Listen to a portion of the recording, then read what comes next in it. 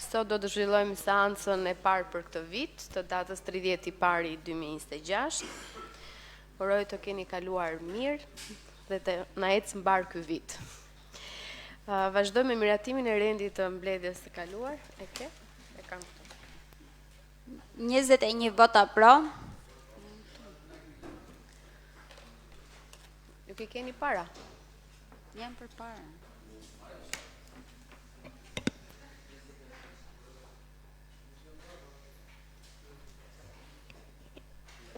Më pajisë të gjithë. Atëherë pro?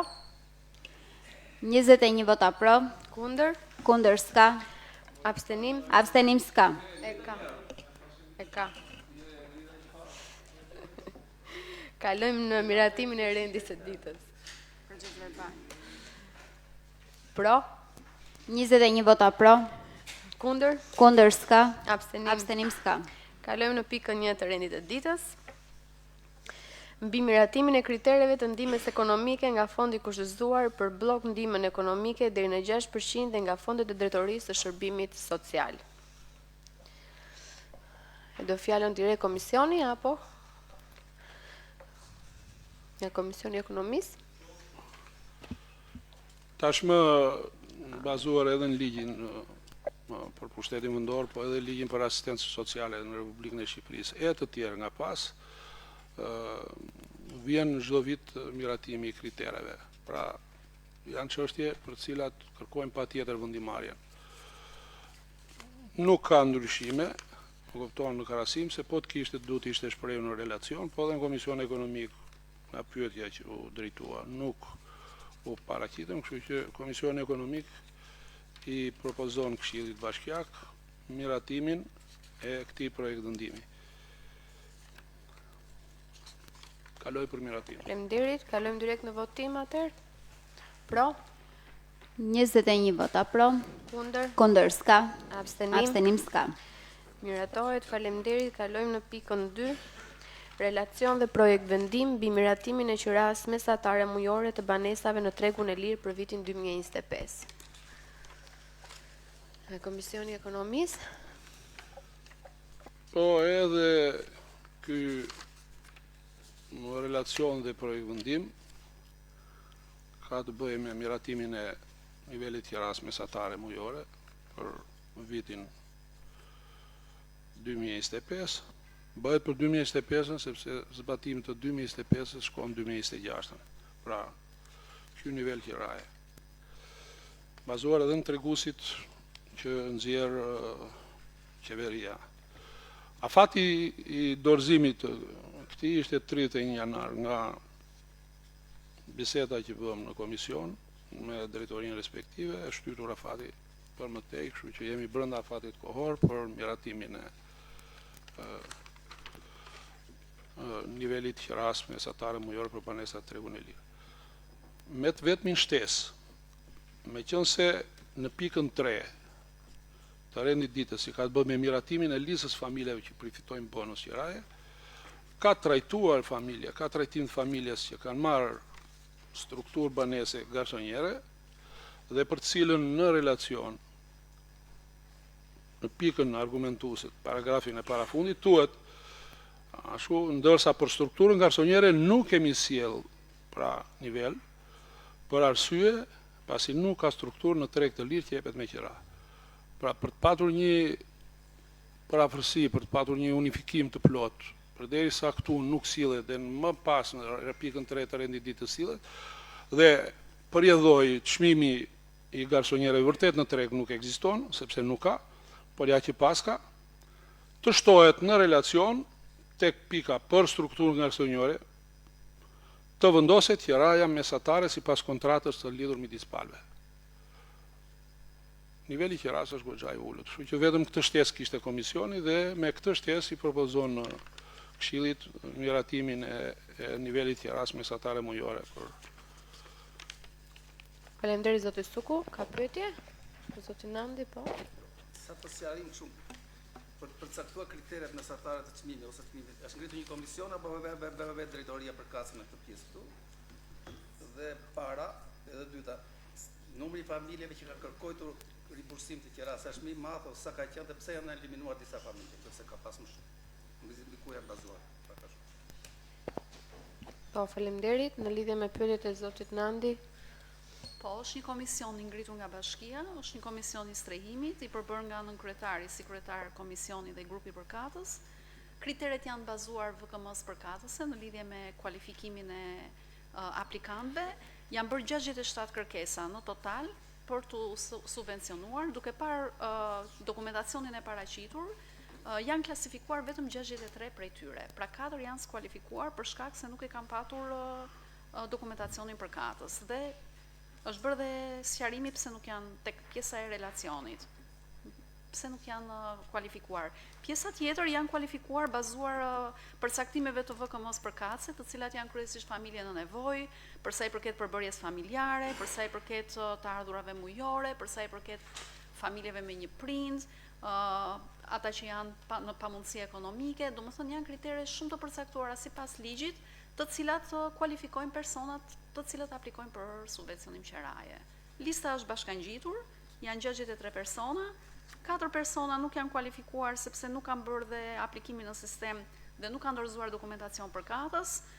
Një nga këta persona ka patur në pronësi një ambient, pra rezulton me një ambient në pronësi, dhe një person tjetër është kualifikuar sepse rezulton që nuk jeton në apartament për 2 vite rresht, por jeton në fshatin Karkanjos, njësi administrative Roshnik, pra është vërtetuar që ka banesë, pra kundrejt asaj që ai ka deklaruar. Këtë ka verifikuar Komisioni i Strehimit i Bashkisë së Beranit. Po.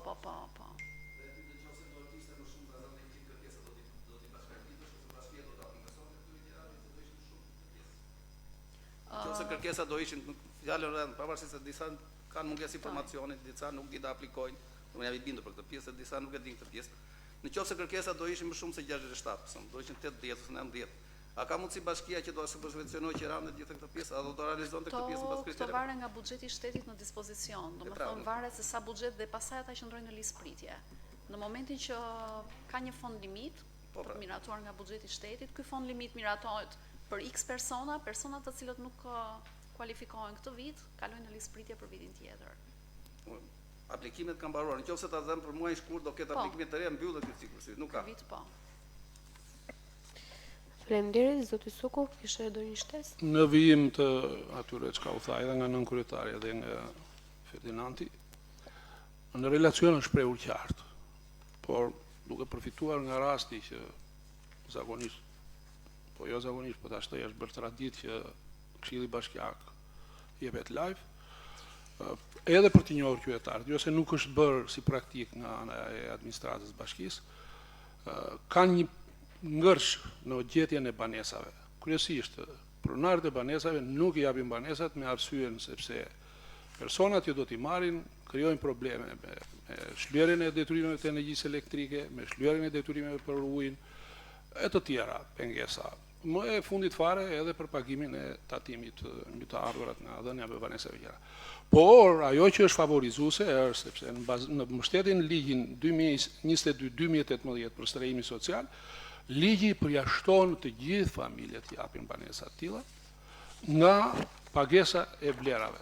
Dhe kjo vlerë do të subvencionohet nga buxheti i shtetit. Meqense administrata e ka edhe tek zyra me indaljes, po edhe te zyra respektive ja u bën të qartë qytetarëve, edhe thirrja jonë është që qytetarët të mos kenë frikë, të mos nguten, pra ligjërisht janë të mbrojtur. Shteti, të paktën këto 3 gjëra që unë thash, ja u ka bërë të qartë. Qëllimi është që të lëshojnë banesat sa kohë që i kanë të lira për të zgjidhur problemet që kanë familjarët që kanë nevojë për strehim. Faleminderit. Faleminderit, besoj u qartësuam në lidhje me këtë pikë. Kalojmë direkt në votim. Pro, 22 vota pro, kundër, kundër s'ka, abstenim, abstenim s'ka. miratohet, faleminderit. Kalojmë në pikën 3 të rendit të ditës, relacion dhe prevendim mbi miratimin e listës së familjeve që përfitojnë bonus qeraje për vitin 2026. Përsëri kjo është që i përket Komisionit të Ekonomisë. Besoj se këto janë lidhje organike me njëra tjetrën, në momenti që miraton qeran mujorori mesatare përjedhoi, miratohet dhe lista e përfituesve e familjeve që përfitojnë bonus. Kuptohet ashtu si dhe në rastin e parë që e dha përgjigjen në kryetarja edhe në vazhdim të zbatimit të dhënies nivel të qerasë bëhet me komisionin të strehimit. Ashtu si thash më përpara dhe komisioni është mbledhur në datë 22 pari 2026 dhe ka sjellur relacioni përkatës për kalimin e miratimin e listës familjeve.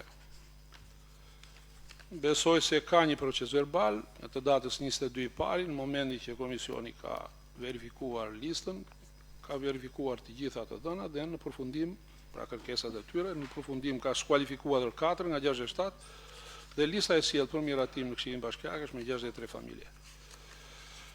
Komisioni ra dakord i propozohet Këshillit për miratim. Faleminderit. Pyetje? Kalojmë votim. Pro, 23 vota pro, kundër, kundër s'ka, abstenim. abstenim s'ka. Miratohet pika 3, kalojmë në pikën 4, relacion dhe prevendim mbi miratimin e listës familjeve që do të përfitojnë grante të menjëhershme për banesën me kosto të ulët. Kush do fjalën? Zoti Suku. Po, edhe është një marrëveshje e cila ka bërë Ministria e Financave dhe Ekonomisë me një pjesë të bashkive, të bankave, ku një pjesë të kredisë së marrë ose të blerjes banesave me kosto të ulët, interesin mbi 3% e përballon qeveria. Pra deri në 3%, qoftë banesat me kosto të ulët, qoftë banesat që familjet që marrin banesa nëpërmjet bankës, pra kredit buta nëpërmjet bankës kombëtare tregtare, janë të favorizuar. Por ka dhe një avantazh tjetër. Në momentin që familjet për cilat kanë përfituar të dyja rastet, edhe nga BKT-ja, edhe nga enti kombëtar i banesave, banesa, por kanë ndryshuar niveli të ardhurave, treguesit e të ardhurave të tyre, përjedhoi paraqisin kërkesë pranë bashkisë dhe bashkia. Mbi bazën e kërkesave të tyre dhe miratimit nga ministria, bëjnë trajtim me bonus, me grantë menjëhershëm, me grantë menjëhershëm. Dhe respektivisht janë paraqitur 4 familje të cilat kanë status të parashikuar nga ligji, pra mund të jenë krye familjare, për shembull njëra është krye familjare, pjesa tjetër ka status jetimi, pjesa tjetër familje një prindërore, pra janë parë. Sugjerimi që u bë ishte që në projekt vendime, në tabelën të shtohesh dhe një kolon ku të përcaktohet statusi i personave përfitues. Pra këto që janë si kriter për përfitum, po të cilësohet që i pari, për shembull, marrim rastin e Ledina Buzos, se ndoshta s'duhet ta përmendja emrin, po pra, statusi i saj duhet shprehesh, për të mos të statusit, pavarësisht nga emri, se emrat publik janë. Ky ishte sugjerimi. Dhe i propozojmë Këshillit për miratim të pikës 4 të rendititës. Faleminderit. Vazhdojmë në votim. Pro, 23 vota pro, kundër, kundër s'ka, abstenim. abstenim s'ka. Të miratohet pika 4, vazhdojmë me pikën e 5, relacion dhe prevendim mbi miratimin e deklaratës për bashkëfinancimin e bashkisë në projektin përmirësimi kushteve të banimit për komunitetet e varfra dhe të pafavorizuara për vitin 2026. Nga Komisioni i Ekonomisë,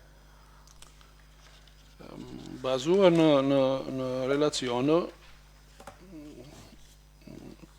kjo deklaratë ka vite që është bërë në 2020, në 2021, në 2022, në 2023, me përjashtim 2024, sepse nuk ka pasur, nuk kupton, dhe në 2025. Në raporti e bashkëfinancimit, nëse tani propozohet 70 me 30, pra 70 mbulohen nga buxheti i shtetit dhe 30 nga bashkia, ka qenë ndryshëm në vite. Pra pyetja që ju bë administratës ishte, është konstante apo jo? Dhe arsyeja pse ka ndryshuar, kuptohet që ka të bëjë me atë që është thelbësore, me paragrafin e fundit të relacionit, ku tabelat e instatit, ku fitë e financimit nga buxheti i shtetit në varësi të nivelit të ardhurave vjetore për frym të cilat për vitin 2024 termat e referencës kanë ndryshuar dhe përjedhoi Pra në funksion të nivelit të ardhurave ka ndryshuar dhe ky raport i bashkëfinancimit. Por kuptohet që nga 20 që ka qenë minimalja në 30 ka koston bashkia për pjesën e vetë të bashkëfinancimit të këtij projekti. Besoj se në tabel në relacion janë të qartë përfitimet e familjeve dhe vlerën që kanë përfituar nga projekti. Komisioni është dakord që t'i propozoj Këshillit Bashkiak për miratimin e këtij projekt vendimi për deklaratën e bashkëfinancimit. Faleminderit zoti Suku. Zoti Mimani ka pyetje, po? Ideja është që në këtë rast të tyre bashkëfinancimeve të bashkisë me projekte të tjera. Ka pas raste që këto projekte nuk janë çuar deri në fund, që nuk janë mbyllur shtëpitë deri në fund, që nuk janë bërë punimet deri në fund, se raste ndodh. Nëse ka, pse ka ndodhur kjo? Pse ka ndodhur kjo pjesë? Në ky bashkëfinancim janë krijuar, janë ndërtuar shtëpitë ose janë mirëmetuar shtëpitë, nuk janë çuar, dikujt nuk janë bërë dritat elektrike, dikujt nuk janë bërë dritare, ndoshta nuk kanë mbaruar financimi, se këto janë bërë totale, janë në grup, nuk janë bërë një nga një. Dhe ka pas raste që këto nuk janë çuar deri në fund, domethënë ti dorëzon çelësa në dorë aty ose ti bëj vetë pjesë. Ndërhyrjet që bëhen në kuadër të këtij programi janë ndërhyrje rehabilituese. Kjo do të thotë që për shembull mund të jetë bërja një çatije, një dritare, fasadë, ndonjë mur mbajtës, por janë ndërhyrje të pjesshme, pra nuk janë ndërhyrje të plota që ti të dorëzosh çelësin e plot, po themi, të objektit. Bëhet një kontratë paraprake me përfituesin, me familjen, dhe janë të listuara të gjitha ndërhyrjet: riparim çatije, riparim dritare, riparim dere, riparim muri. Bie dakord zotëri që këto janë vetëm për pjesën e banesës suaj, se ti mund të kesh dhe pretendime të tjera. Por brenda këtij programi këto lloj ndërhyrjesh planifikohen. Firmosen nga të dyja palët, edhe nga bashkia edhe nga përfituesi, dhe në momentin e zbatimit, firma apo kompania që bën zbatimin e punimeve bazohet në preventivat e miratuar dhe të rëna dakord nga Ministria dhe nga Bashkia Berat.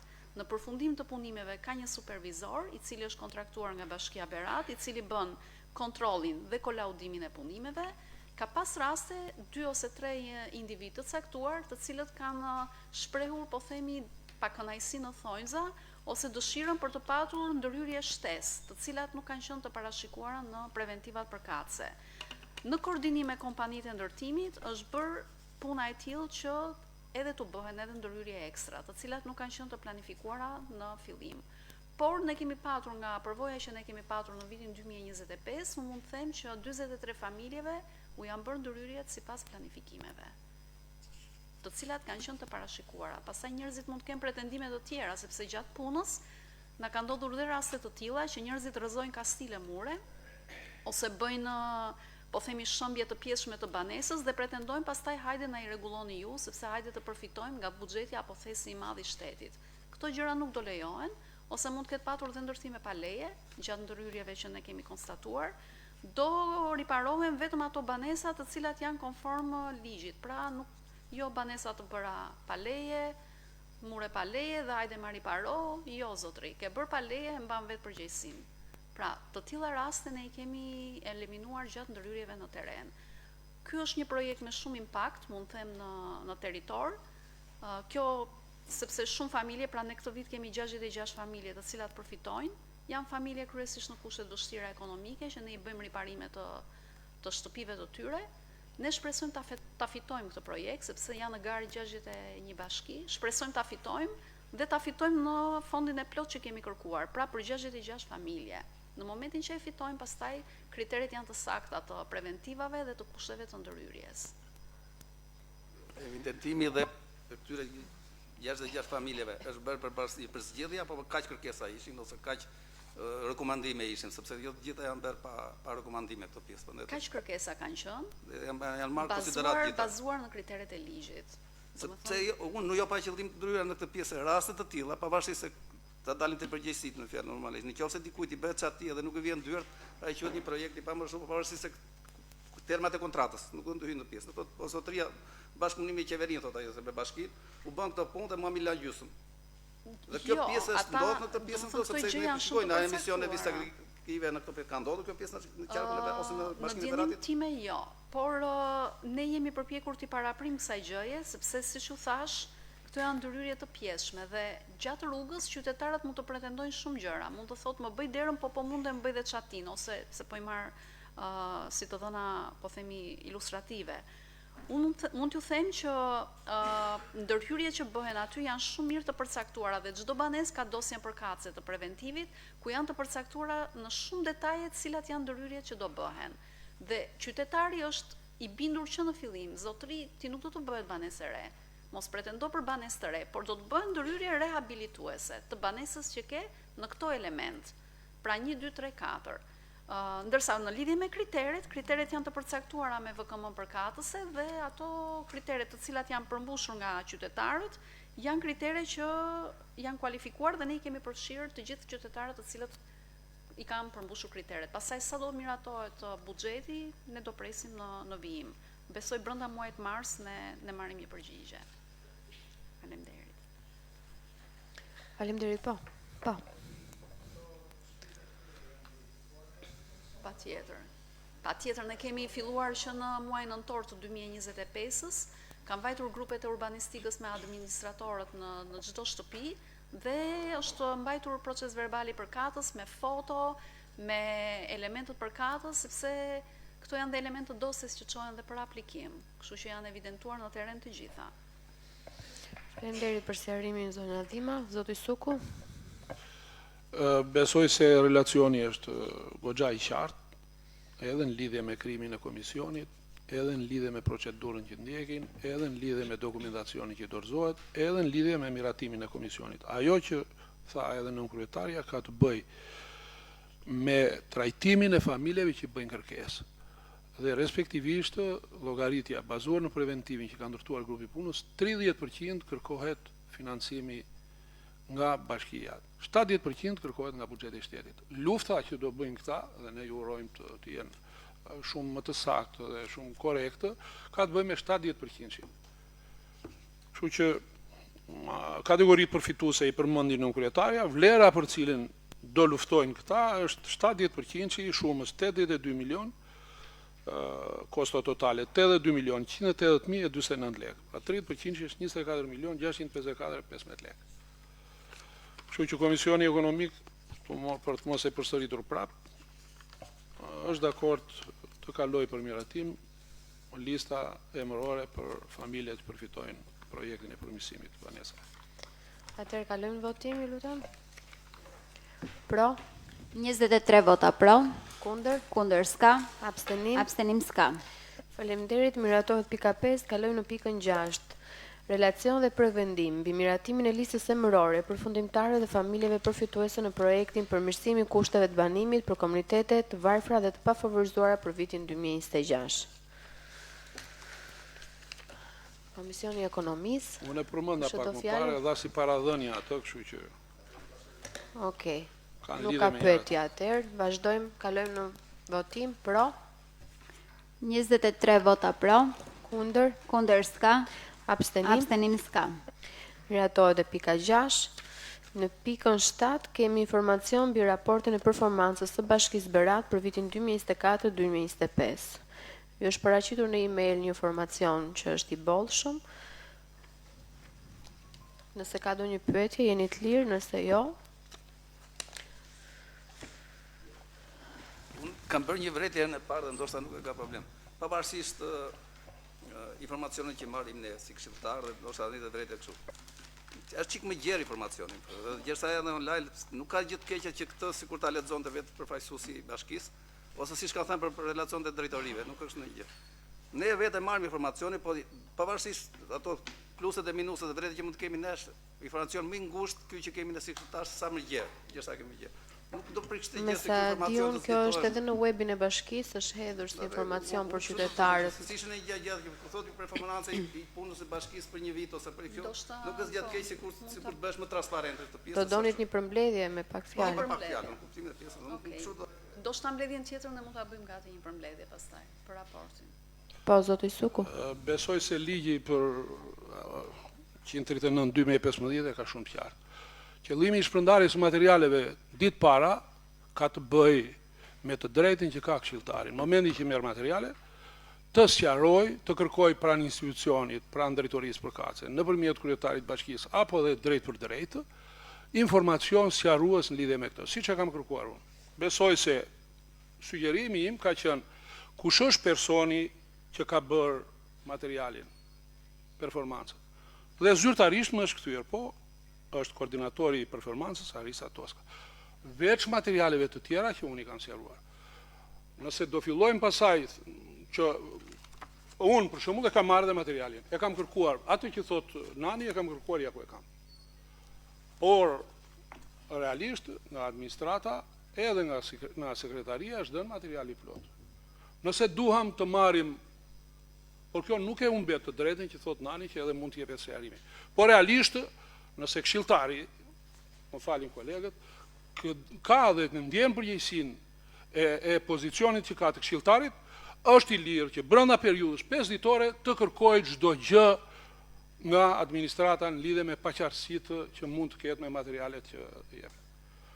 E thash thjesht që mos bëjmë vazhdimisht se mund të kërkojmë për të bërë, më kupton, në një përplasje me njëra tjetrën. Fare mirë mund ta kërkojmë dhe të kemi sqarime në atë. Nëse s'ka, debati është i hapur dhe mund të bëhet. Unë mendoj që ta përgatisim mbledhjen e ardhshme një informacion të përmbledhur. Në qoftë se ka interes meqense ka interes. Por këtu janë 94 faqe. Ka si që normalisht duhen edhe të 94, po sikur ne të kishim një përmbledhje të tabelave, pa interpretimet që kanë secila tabelë poshtë, kishte ndonjë gjë të keqe. Edhe për të mos e shpërndar diskutimin rreth këtij materiali. Ky është një sugjerim që bëhet. Besoj këtë ide kishte ardhi, kështu që bëhet. Megjithatë, unë e thash që fare mirë për të mos i lënë gjërat këtu. Çdo këshilltar ka të drejtë. Unë nuk e di për ju, po unë vetë personalisht e bëj si praktik, jo për këtë. Po edhe për gjëra të tjera të cilat e kemi diskutuar dhe në trajnime bashkë dhe ti ke qenë dakord. Që mos të thash që s'është drejt kërkesa. Unë them që për tjerë në të gjatë mund marrin gjëra themelësore që janë profesionale. Jo dhe Ishte parasimin unë nuk do flisja. Ideja që bëhet një përmbledhje për të ndër informacioni i sut dhe konturimi ose përqendrimi i diskutimit i secilit gjë vetën e vet, se secili për diskutuar se për të thënë. Në të përgjithshme, unë do ta marr mirë qenë sepse ti do japësh performancën tënde, unë do të them jam dakord se në vërtet performanci informacion do më japësh mua, nuk është ndonjë gjë më se për vendosur me vot. Informacioni është më mirë të gjithë dhe nuk është puna edhe nëse shqiptar po ç'më gjë. Ktu ta kisha nuk e kam. E përgatisim gati për mbledhjen e radhës, një përmbledhje. Po, zoti Merdani. Tek rubrikat të ndryshme dohet të trajtohet dy çështje që na kanë ardhur nga disa banorë të njësisë administrative Pllak dhe më saktë, po, fshati Laparda. Para disa ditësh në aksin rrugor kthesa e Lapardas, Laparda ka ndodhur një aksident ku ka humbur jetën një zonjë 44 vjeçare, ne i shprehim ngushëllimin të saj. Ky aks është problematik për sa i përket ndriçimit dhe trotuarit. Banorët e kanë shprehur dhe ma kanë ardhur edhe nëpërmjet mesazheve dhe është era e dytë që ndodh një fatkeqësi e tillë. Do të ishte mirë që ne taksën e ndriçimit ata e paguajnë edhe tu kthejmë si investim.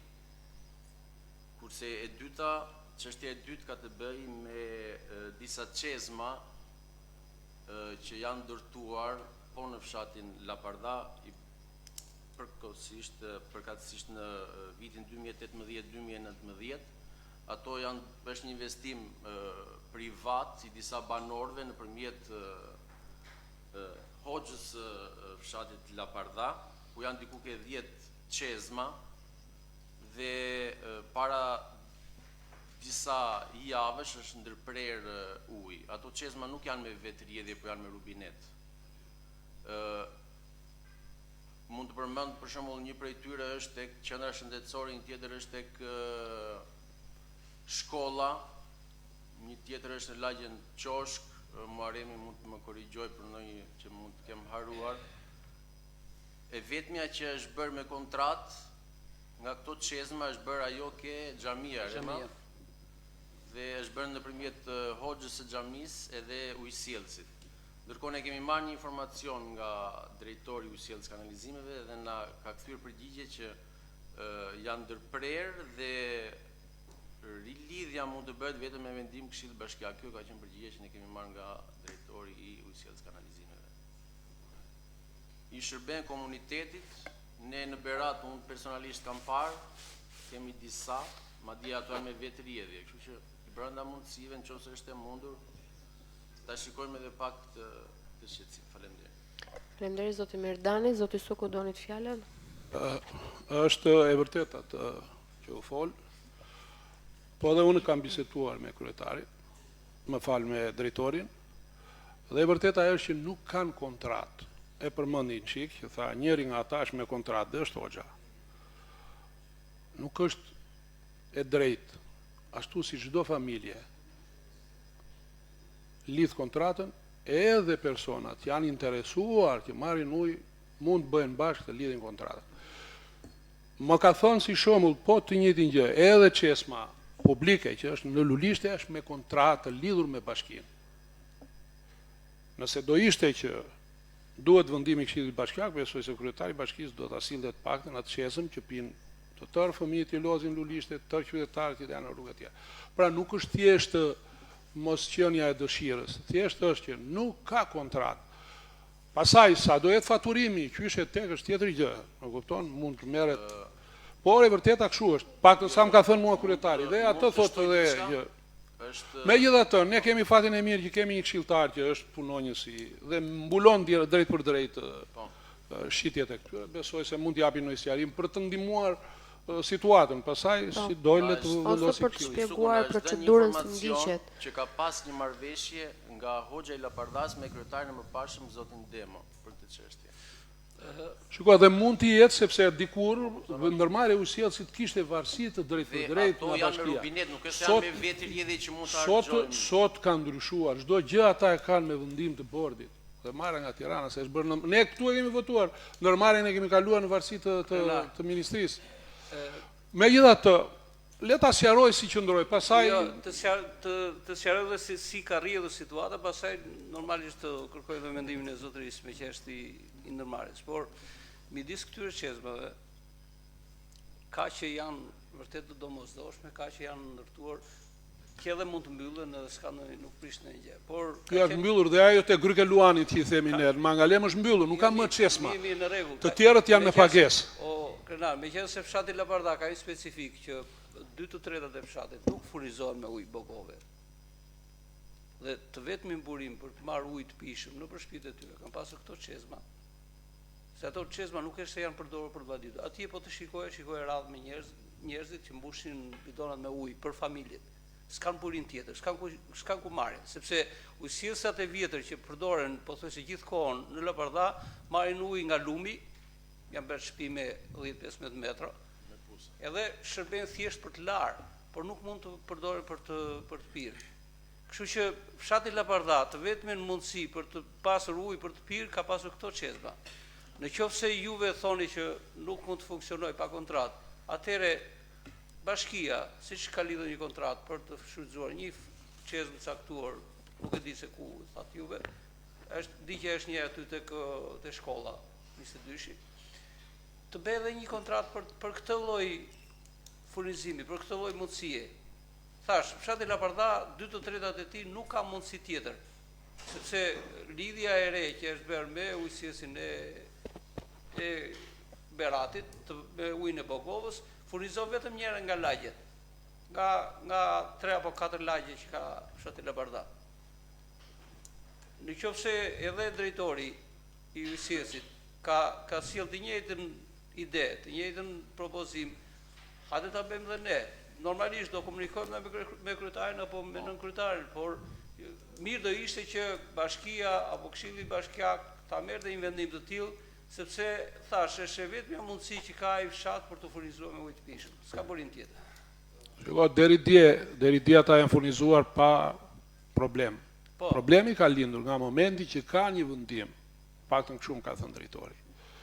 Të Këshillit Drejtuesi, asnjë nga çesmat publike mos ketë tjetë me kontratë, që këtu, çështja pasaj, kush do ta bëj kontratën, do ta bëjnë ata 10 që shfrytëzojnë, apo do ta bëj bashkia me Këshilli Bashkiak me vendim, është tjetër gjë. Por realisht fenomeni ka qenë dhe nga ana e Ndërmarrjes është qartësuar situata. Zgjidhja pasaj si do jetë, Unë e kuptoj situatën edhe nuk kundërshtoj këtë që po thoni juve. Por puna është çfarë do bëjmë? Zgjidhje, domethënë. Ti jepet mundësia di komunitetit që Do sqaronte zotje Lezi keni diçka Fationi dhe pasaj le të ngelet pjesë që ti Besoj kërkohet kjo gjë do merret bashkëbizetim me konsiderant, kryetarin për të konsiderat. bërë një zgjidhje, nëse do jetë e mundshme me vendimin. paktën një pikë ajo që ka qenë që kur ka zber tubacioni që furnizonte Kuçovën, ka funksionuar tërkohën dhe gjithë fshati zinte radhën atje, nuk është se shpërndorohesh ujë.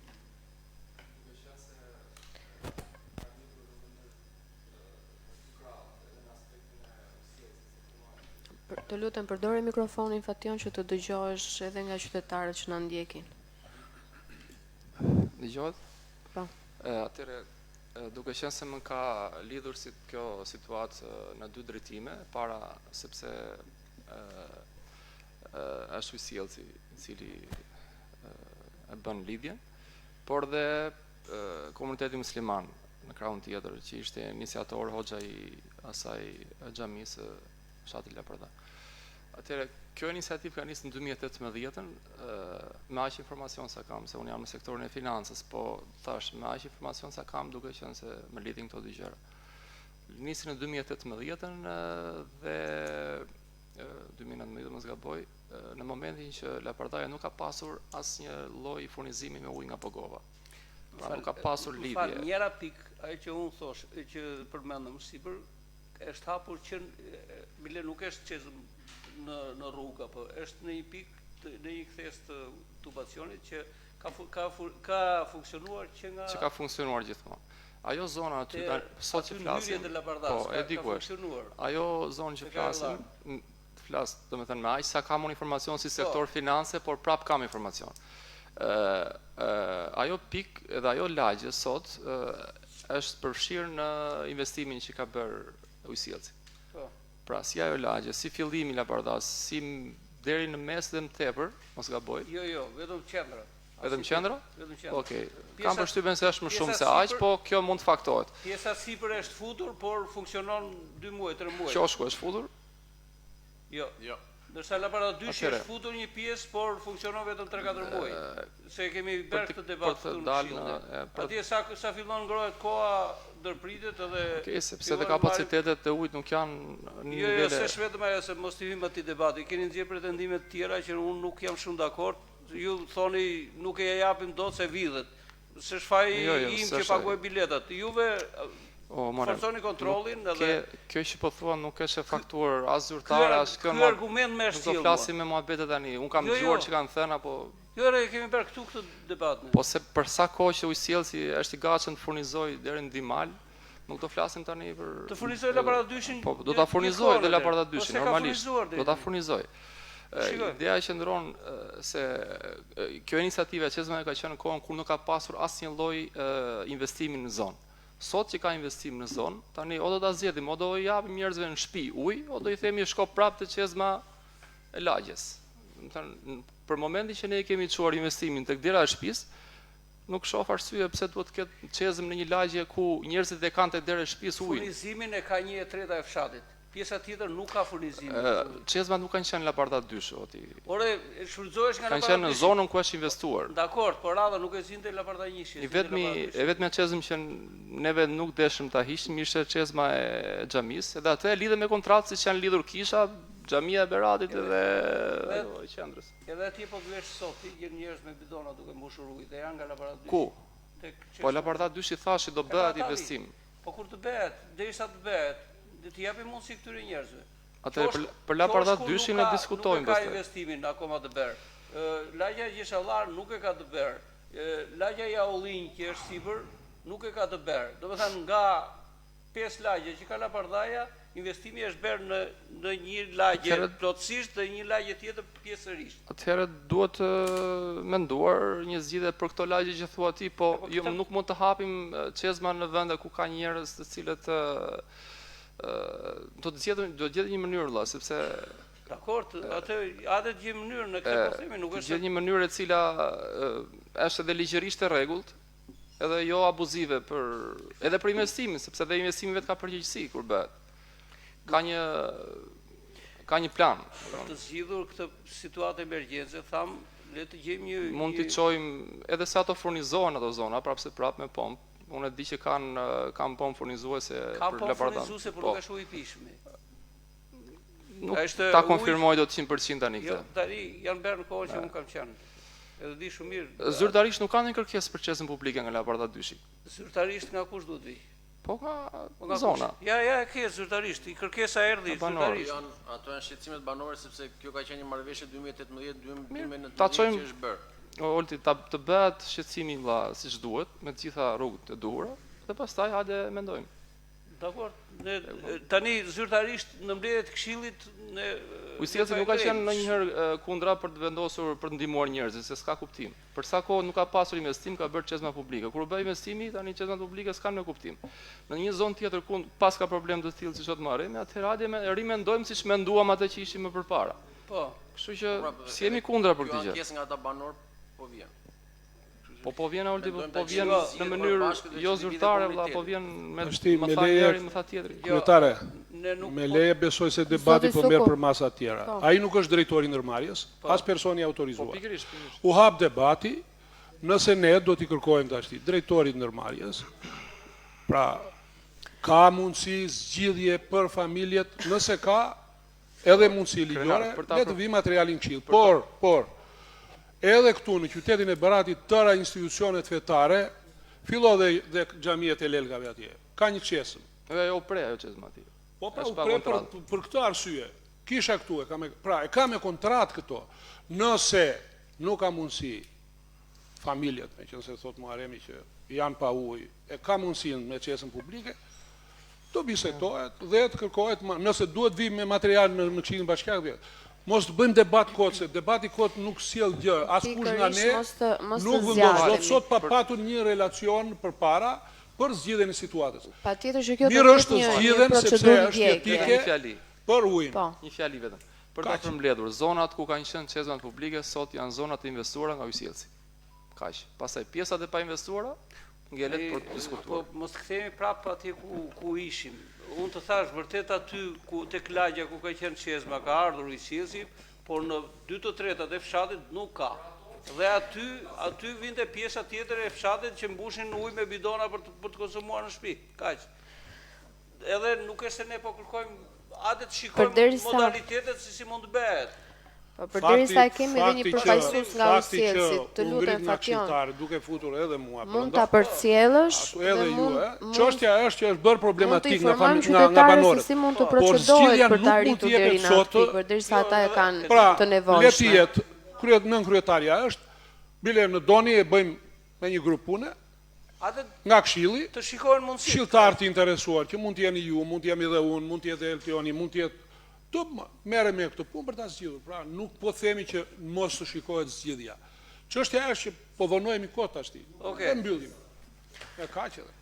Mirë që qytetarët e informohen, nëse ka një procedurë që duhet të ndiqet, le ta bëjnë. Ja, thashun kryetare, ne së bashku duke u bërë të katër. Duke u bërë të katër, të kontaktoj me kryetarin e bashkisë, edhe me qytetarët që na kanë marrë në telefon, në momentin që do ketë zgjidhje bashkë me drejtorin të bëhet zgjidhje. Nëse s'ka, ja u them përgjigjen që ata të mos rrinë në shpresë. Se ata janë në shpresë që përderisa u bë problem në Këshill, diçka do marri. Po ma mundja që zgjidhja do të jetë edhe për furnizimin e atyre, po edhe ligjore. Faleminderit. Kisha edhe një çështje tjetër tek të ndryshmet. Në fund të dhjetorit u shpërnda njoftimi që 3 nxënës nga bashkia jonë kanë fituar atë diplomën e nxënësve ekselent. Nuk janë shumë, janë 3, siç kemi ndihmuar familjen në nevojë, siç kemi ndihmuar për bursa. Unë them se për të motivuar dhe për stimuluar nxënës të tillë, bashkia ose Këshilli duhet të vendosi një shpërblim qoftë edhe simbolik. Sepse nuk është se janë shumë, janë 3. Dhe është nder për ne që midis nxënësve ekselent të gjithë Shqipërisë janë dhe Siç kemi ndihmuar familjen në nevojë disa herë, s'kemi pasur asnjëherë kundërshtim, kemi dhënë bursë atje ku kemi mundur të japim, të bëhet dhe kjo lloj praktike që e aplikojnë pothuajse të gjitha bashkitë e tjera përveç bashkisë tonë. Apo jo, nën kryetare? Jo, thjesht për informacion, 2024 dhe 2025 ka dhënë shpërblime për nxënësit ekselent. Më thënë, ne I kemi miratuar dhe I kemi futur dhe në Këshill Bashkiak, shpërblimet. Në lidhje me trend nxënësit, unë duhet ta konfirmoj se kam përshtypjen që duhet jetë një numër më I lartë. Të kesh shpërblime. Duhet ta konfirmoj këtë gjë. Më falë se nuk... Në lidhje me numrin e nxënësve ekselent, për vitin akademik I cili nuk është mbyllur akoma, sepse mbyllet në qershor. Ishte për vitin e kaluar ajo dhe u shpallën në fund të dhjetorit. Okej, më duhet ta konfirmoj këtë gjë, se kam përshtypjen duhet jetë numër më I lartë se sa 3. 3 sepse u shpërndan Por në media. në 2024 ne kemi dhënë shpërblime për nxënësit ekselent, I kemi miratuar edhe në Këshill Bashkiak. Për 25 më duhet ta konfirmoj me drejtorin përkatëse të arsimit. Kanë qenë 2 nxënës nga shkolla Koço Brisku Laparda, edhe nga kryeministri kanë marrë vlerësimin, edhe një nxënës I shkollës Drita e Dijes. E kuptoj. Ne muajin e kaluar miratuam bursat për nxënësit ekselent në kuadër edhe të bursave për të gjithë, po themi, nxënësit që plotësonin kriteret. Ishte edhe një kategori nxënësit ekselent. Bëndë një shtesë në fund, ka qenë një... Okej, më duhet ta konfirmoj këtë gjë në fakt. Më duhet ta konfirmoj në mënyrë që ta shikojmë si. Është shumë I drejtë në fakt, edhe ajo çfarë thatë ju. Po.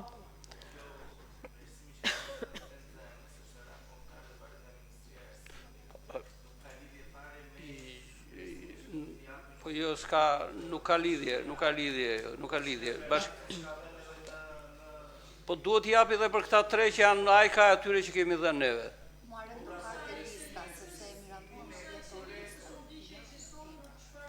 Njeri nga ta di shumë që s'ka marrë, se është e listë. Nuk është e listë, Jo, ka qenë të shkolla...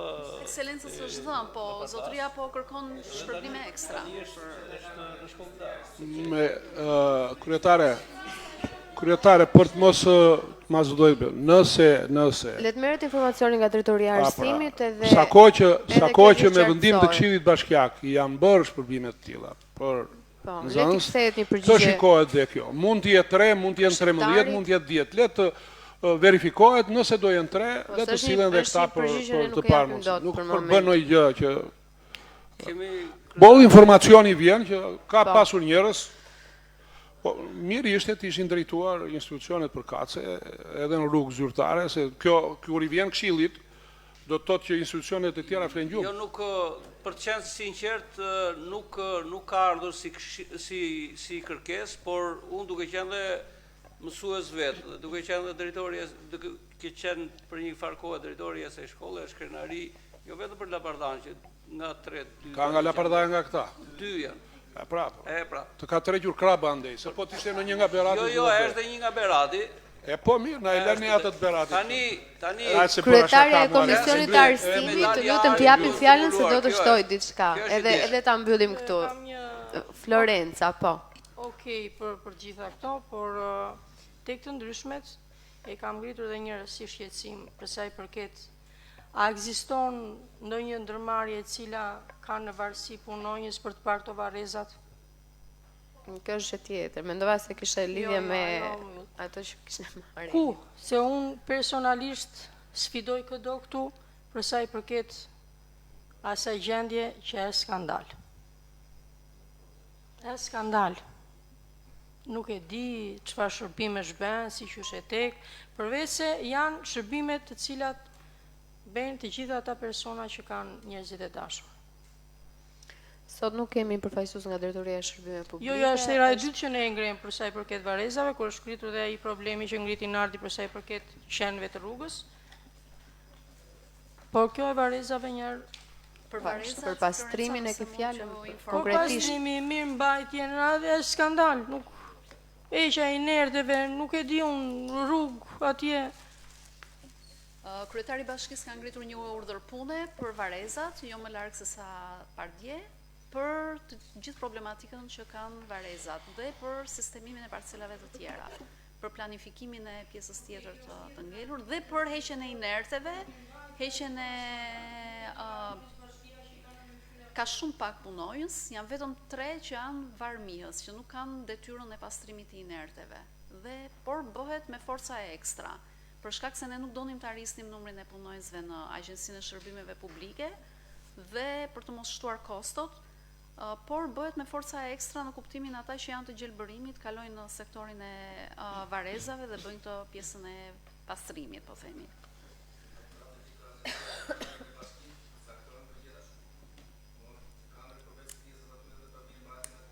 Pa tjetër, e kanë detyrë, agjensitë funerale e kanë detyrë largimin e inerteve, kur bëjnë ndërhyrjet aty, e kanë për detyrë t'i largojnë dhe të mos i kundrejt. Po. Atëherë nëse s'ka gjëra tjera për të shtuar, e mbyllim këtu seancën e Këshillit Bashkiak për të datë. Po.